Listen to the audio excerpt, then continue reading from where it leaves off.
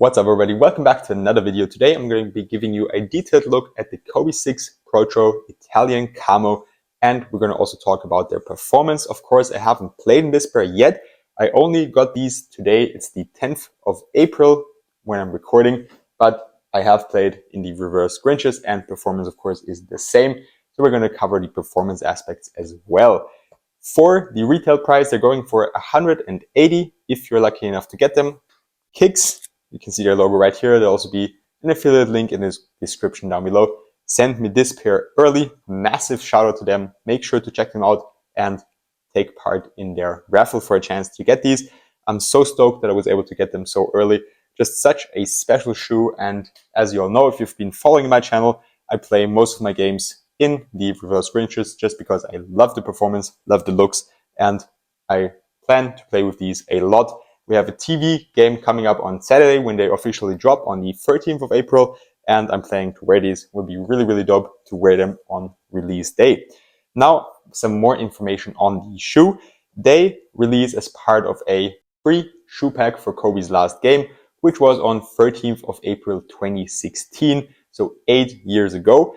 We'll also be getting a release of the Kobe 4 Protro in the Philly colorway, of course, Philly, where Kobe was born.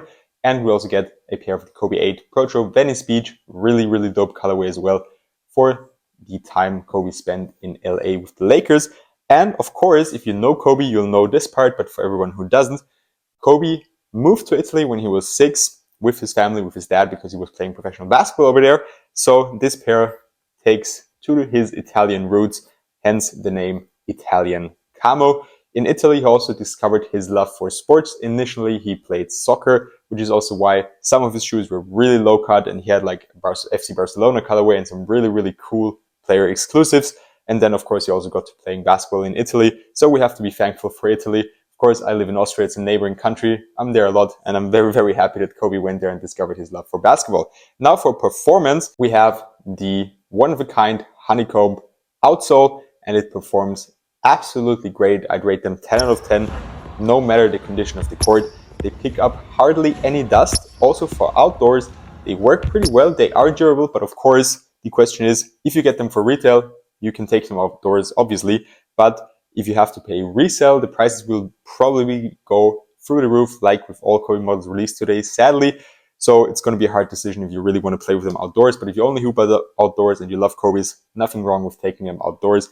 They will do a pretty good job as the outsole is relatively durable. And on clean indoor courts, you will have no issues whatsoever. They are a clear 10 out of 10, even on dustier courts. As I said, just some wiping from time to time as dust pickup is minimal, but that should be good. And then you have crazy good traction performance. The next thing I want to tackle in this review is the insole / the stepping comfort, because the KICKZ Protro has the best insole on any hoop shoe I've ever tried. I can't take them out, or actually I don't want to take them out. Not on this pair, also not on this pair. On this pair, it's actually not possible anymore. The glue has hardened up, has thickened up, and the crazy nice part about those insoles in the KICKZ Protros, or also the original KICKZs, is that they will mold to your feet the more you wear them. So for example, I've played with those in like 20 games approximately, and at the beginning, they didn't fit me perfectly. They were rather snug, but now when I put them on, they fit like a glove, like they were made for my foot. That's why I enjoy playing them so much. And as I've had these on foot as well, I don't want to take out the insoles. I don't want to mess up the process of molding to my feet. And actually it says on the insoles, which is a pretty cool detail, I want a shoe right here.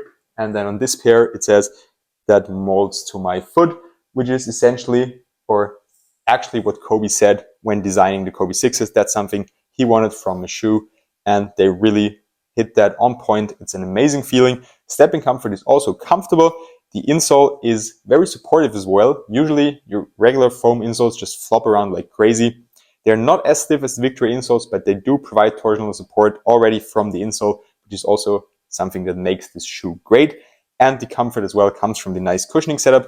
We have something changed up, a full bed of Cushion foam in the Protros, and in the forefoot we have a Zoom Turbo unit, and it feels very nice. Especially the heel has a lot of compression. I'll put a close-up on the screen, and you can definitely feel the Zoom Turbo unit in the forefoot. Throughout the whole shoe, you have good impact protection, while still being very, very low to the ground, which is something I appreciate in my shoes.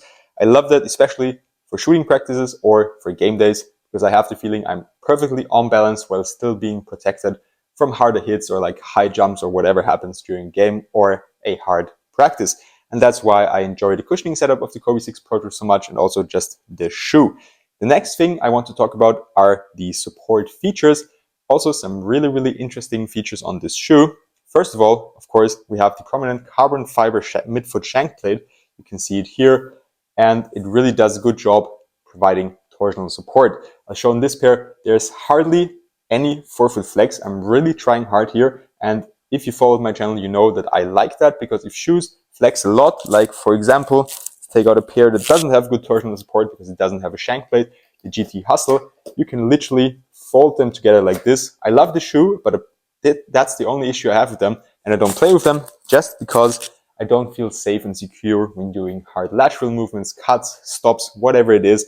This shoe has great torsional support and doesn't flex that much. Also gives you a great rebound while running. And you can check also here, this pair, as I said, 20 games already, some practices as well, which is a really high volume for a pair of basketball shoes nowadays. Sadly, durability isn't that good. And they are also still just as stiff. Maybe they flex a little bit more, but they still have great torsional support.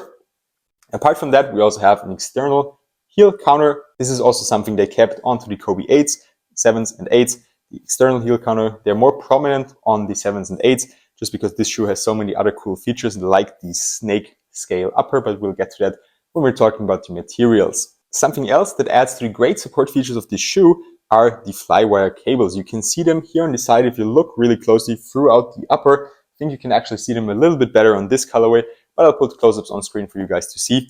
And what the flywire cables do, or what they are actually if you don't know flywire cables, the laces and lace loops are just here on the upper. Obviously you can see that. And the flywire cables, they go from the lace loops down to the sides of the shoe on both the lateral and medial side of the shoe, and just add more lockdown so that your foot doesn't move out over the footbed on hard lateral movements or cuts or the other movements I talked about before. And that's something I also really, really appreciate in my shoes. That's something the Sabrina 1 implemented as well, and it works very, very well. That's why I actually think that the Sabrina 1 is a great Kobe 6 alternative if you miss out on these, or if you don't have the money to buy them for resale, which I can definitely understand. They're crazy expensive. Then check out the Sabrina 1s. They retail for $120. Crazy nice colorways and really, really good and similar performance to the Kobe 6. Moving on to the materials, I teased on that a little bit before as well. We have a mix of a mesh and textile upper, and of course the upper is probably the most prominent feature of this shoe. Everyone recognizes it in the basketball world because we have the snake scale or snake skin upper, obviously because Kobe's nickname was the Black Mamba. And I love this detail about the shoe. It looks really cool. It makes a cool sound. I'll hold it close to the microphone. So it's really something else compared to your usual basketball shoes.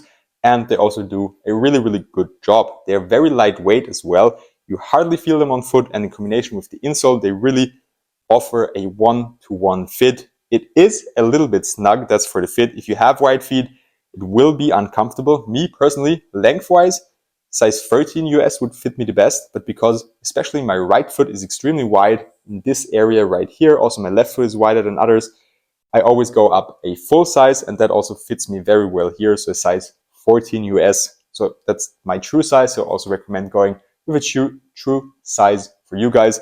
If you have extremely wide feet like me, you probably have a true size that's bigger than what would fit your lengthwise anyways. So I'd say go true to size and just be aware that there will be some break-in, but then you will be perfectly fine and can enjoy them without any complaints. I mentioned that the upper is very light.